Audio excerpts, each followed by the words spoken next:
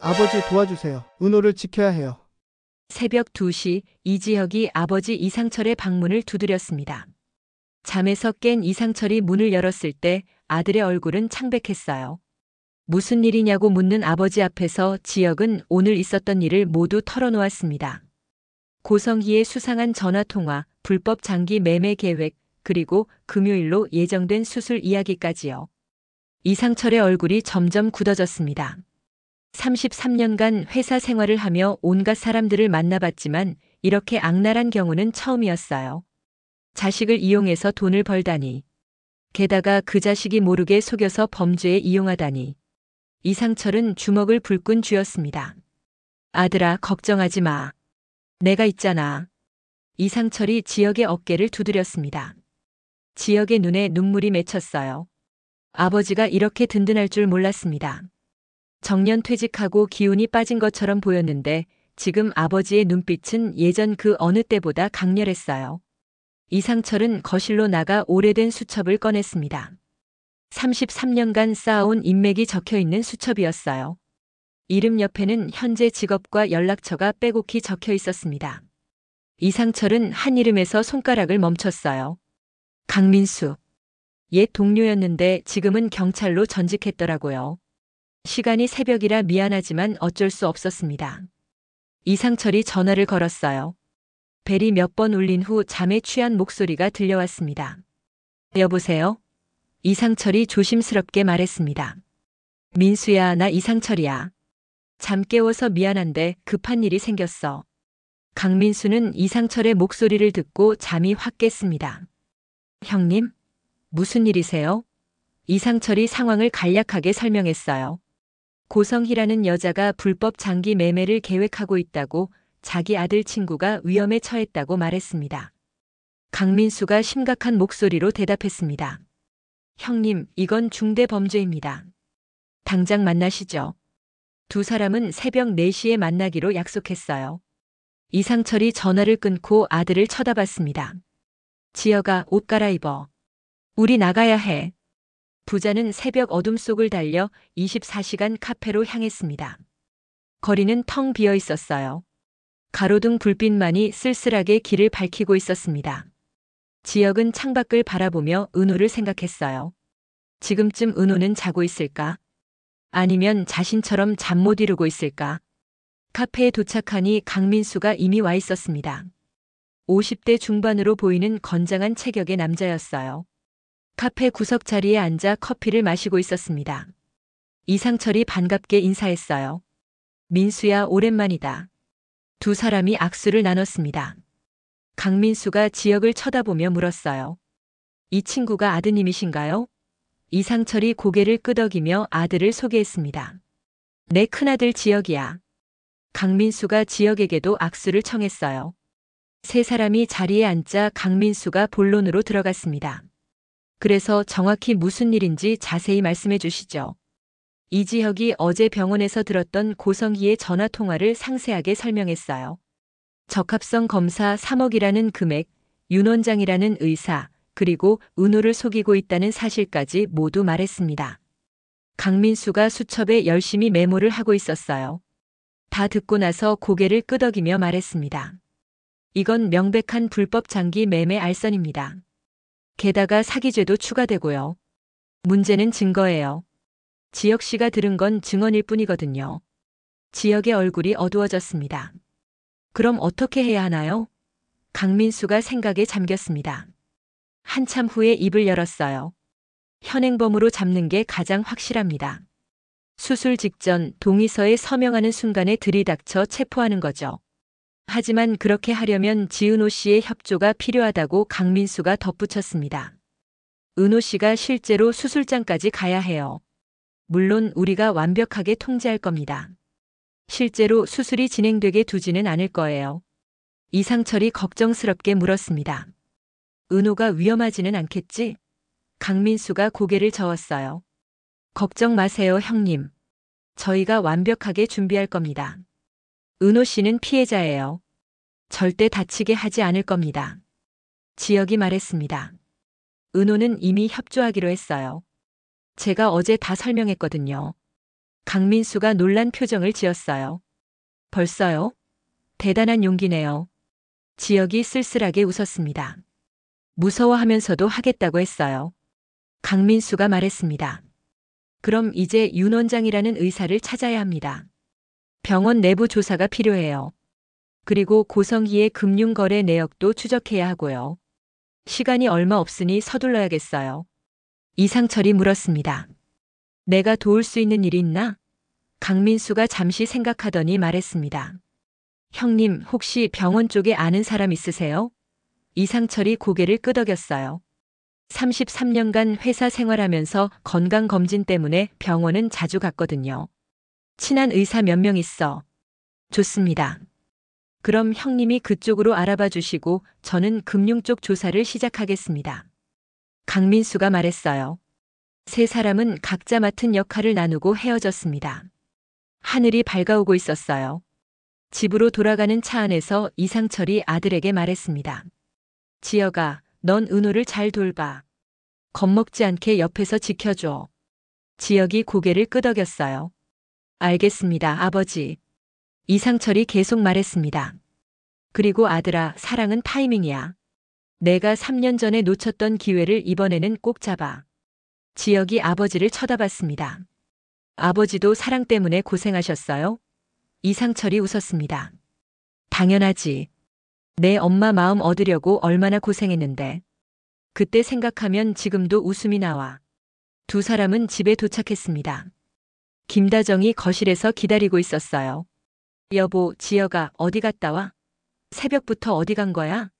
이상철이 부인에게 상황을 설명했습니다. 김다정의 얼굴이 굳어졌어요. 그 나쁜 여자. 어떻게 자식을 그렇게 이용할 수가 있어? 김다정이 화가 나서 말했습니다. 그리고는 지혁에게 물었어요. 은호, 그 애는 괜찮아? 지혁이 고개를 끄덕였습니다. 무서워하지만 용감하게 협조하기로 했어요. 김다정이 말했습니다. 그 애 우리 집으로 데려와. 혼자 있으면 무서울 거야. 지혁이 놀라 엄마를 쳐다봤어요. 진짜요? 김다정이 고개를 끄덕였습니다. 당연하지. 우리 며느리 될 사람인데. 엄마. 지혁이 얼굴이 빨개졌습니다. 김다정이 웃으며 말했습니다.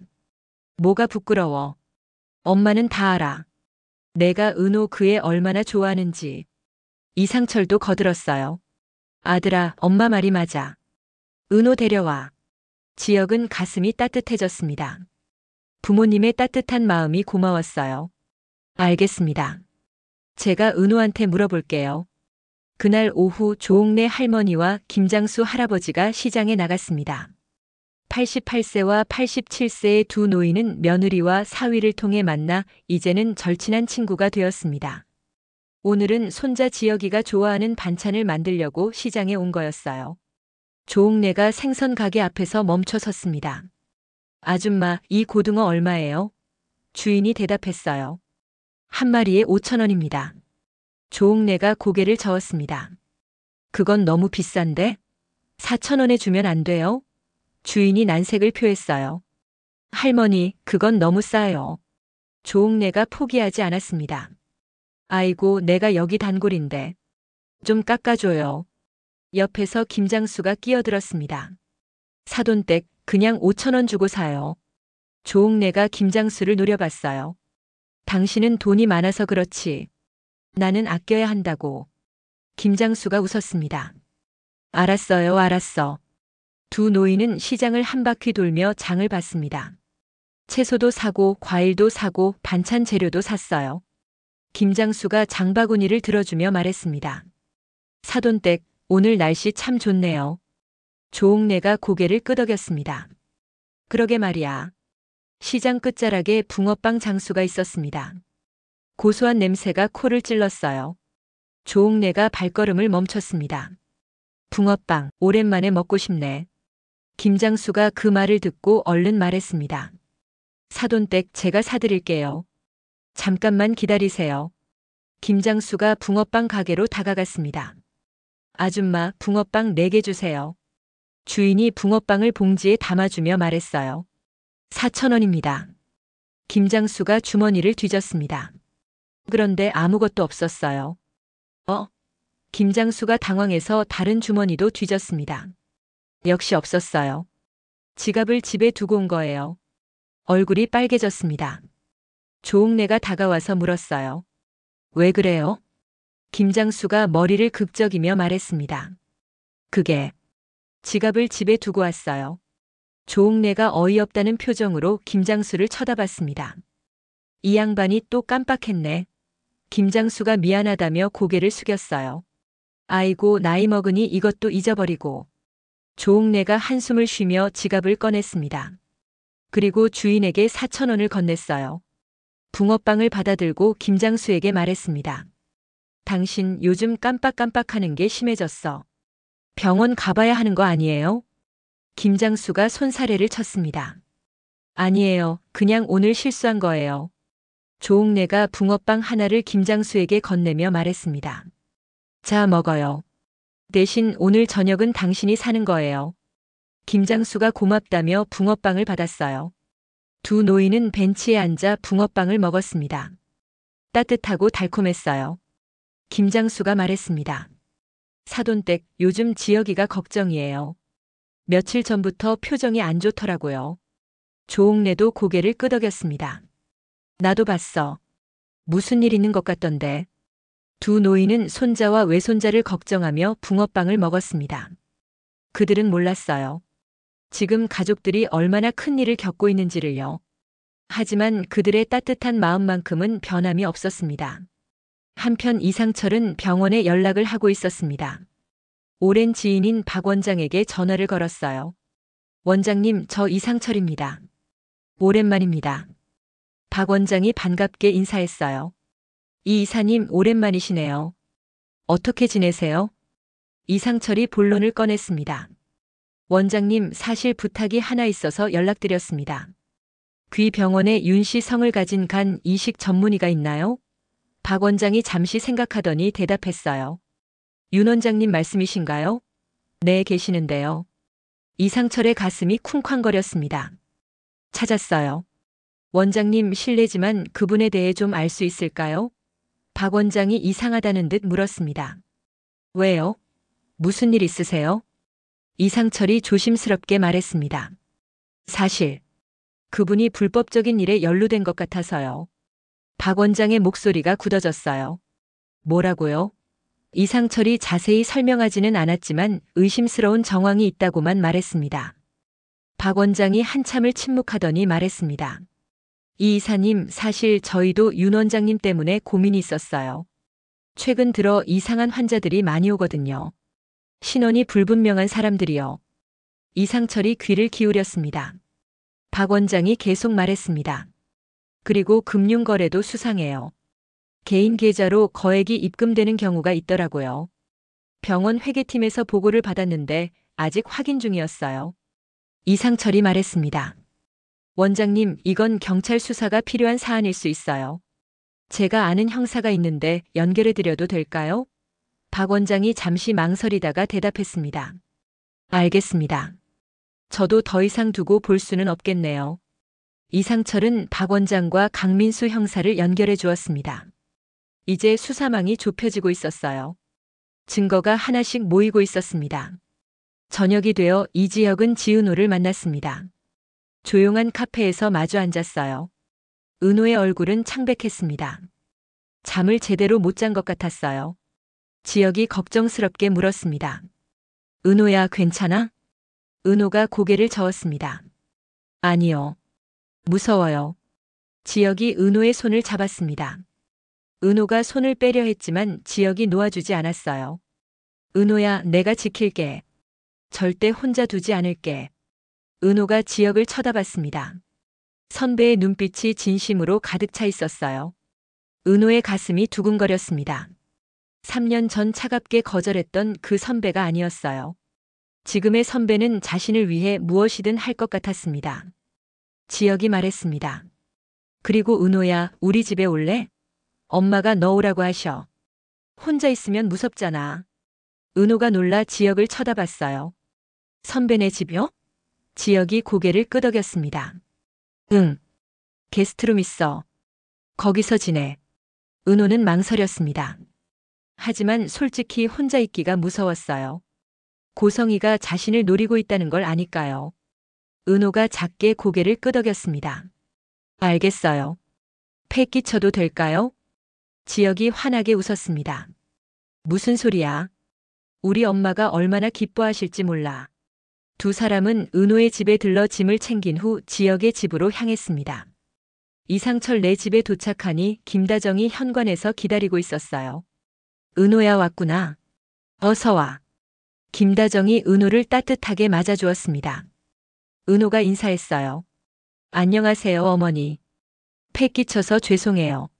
김다정이 은호의 손을 잡았습니다. 무슨 소리야? 우리 지혁이가 좋아하는 사람인데. 당연히 우리 집에 있어야지. 은호의 얼굴이 빨개졌습니다. 지혁도 당황한 표정이었어요.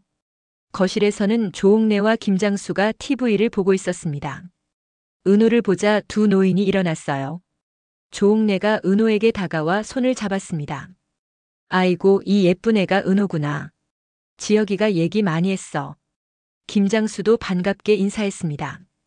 우리 외손자가 좋아하는 사람이라며? 환영해요. 은호는 두 노인의 따뜻한 환대에 감동했습니다.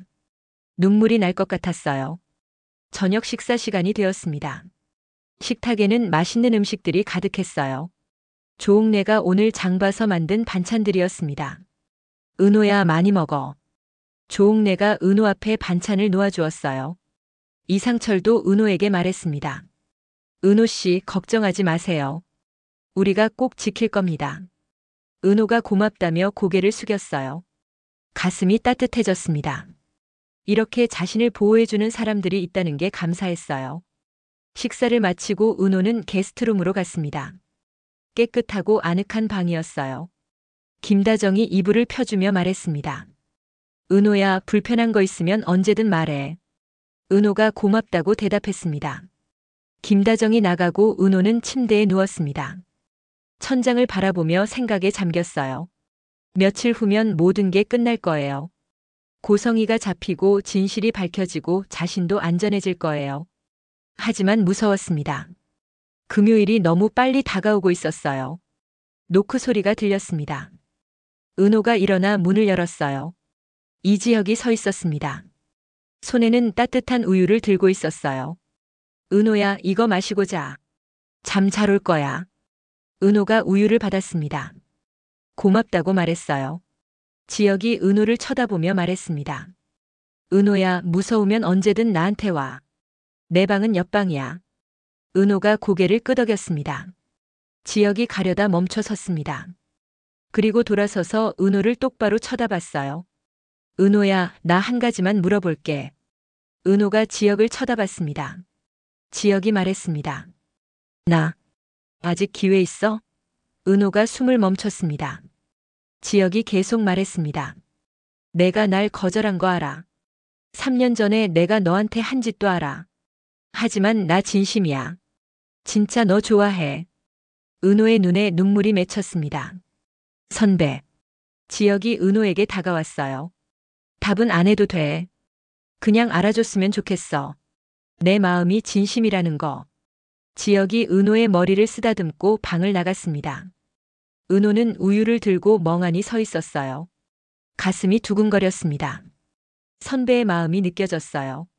진심이라는 게 느껴졌습니다. 다음 날 아침 강민수 형사가 이상철 네 집을 방문했습니다. 중요한 소식이 있다며 급하게 온 거예요. 거실에 모두 모였습니다. 이상철, 김다정, 이지혁 그리고 지은호까지요. 강민수가 말했습니다. 윤 원장의 계좌를 추적했는데 고성희로부터 3억이 입금될 예정이더군요. 날짜는 금요일 수술 직후예요. 이상철이 고개를 끄덕였습니다. 역시 그랬군요. 강민수가 계속 말했습니다. 그리고 윤 원장이 다른 환자도 대기시켜놨어요. 은호 씨의 간을 받을 사람이죠. 그 사람 신원도 파악했습니다. 재벌 2세더군요. 은호가 얼굴이 창백해졌습니다. 강민수가 은호를 쳐다보며 말했습니다. 은호 씨 무서우시죠? 하지만 걱정하지 마세요. 저희가 완벽하게 준비할 겁니다. 금요일 아침 수술 동의서에 서명하는 순간 저희가 들어갈 겁니다. 은호가 떨리는 목소리로 물었습니다.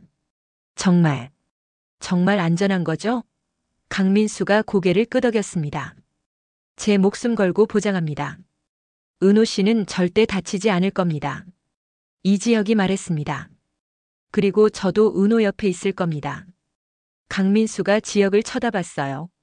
지혁 씨는 밖에서 대기해야 합니다. 수술 준비실은 가족만 들어갈 수 있거든요. 지혁이 좌절한 표정을 지었습니다.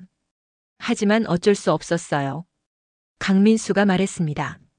대신 저희 여경이 간호사로 위장해서 은호 씨 옆에 있을 겁니다. 걱정하지 마세요. 회의가 끝나고 강민수가 떠났습니다. 은호는 소파에 주저앉았어요. 다리에 힘이 풀렸습니다. 이지혁이 은호 옆에 앉았어요. 은호야, 괜찮아? 은호가 고개를 저었습니다. 무서워요, 선배. 정말 무서워요. 지혁이 은호를 안았습니다. 이번에는 은호가 밀어내지 않았어요. 지혁의 품에서 한참을 울었습니다. 조옥래와 김장수가 그 모습을 조용히 지켜보고 있었습니다. 두 노인은 이제 상황을 대충 알게 되었어요. 손자와 외손자가 사랑하는 여자가 위험에 처했다는 것을요. 조옥래가 김장수에게 속삭였습니다. 저애 참 불쌍하네. 김장수가 고개를 끄덕였습니다. 우리가 뭘 도와줄 수 있을까요?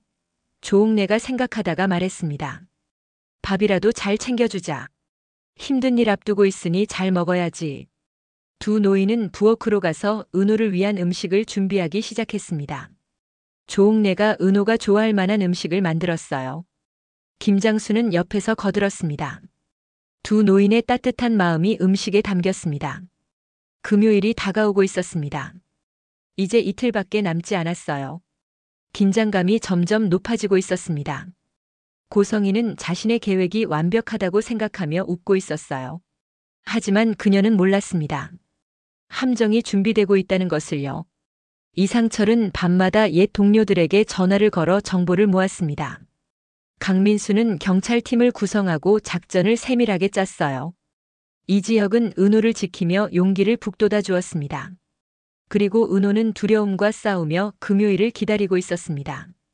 목요일 밤 이상철이 강민수에게 전화를 걸었습니다. 준비 다 됐나?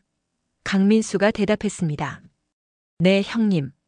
내일 아침 8시에 병원 앞에서 만나시죠. 이상철이 알았다고 대답했습니다. 전화를 끊고 이상철은 하늘을 올려다봤습니다. 내일이면 모든 게 끝나요. 고성이가 잡히고 은호가 안전해지고 진실이 밝혀질 거예요. 이상철은 주먹을 불끈 쥐었습니다. 이렇게 진실의 조각들이 하나씩 모이고 있었습니다. 내일이면 모든 퍼즐이 완성될 거예요. 과연 작전은 성공할까요? 은호는 무사할까요? 고성이는 잡힐까요? 이 이야기가 마음에 드셨다면 구독과 좋아요 눌러주세요. 여러분의 작은 관심이 더 좋은 이야기를 만드는 큰 힘이 됩니다.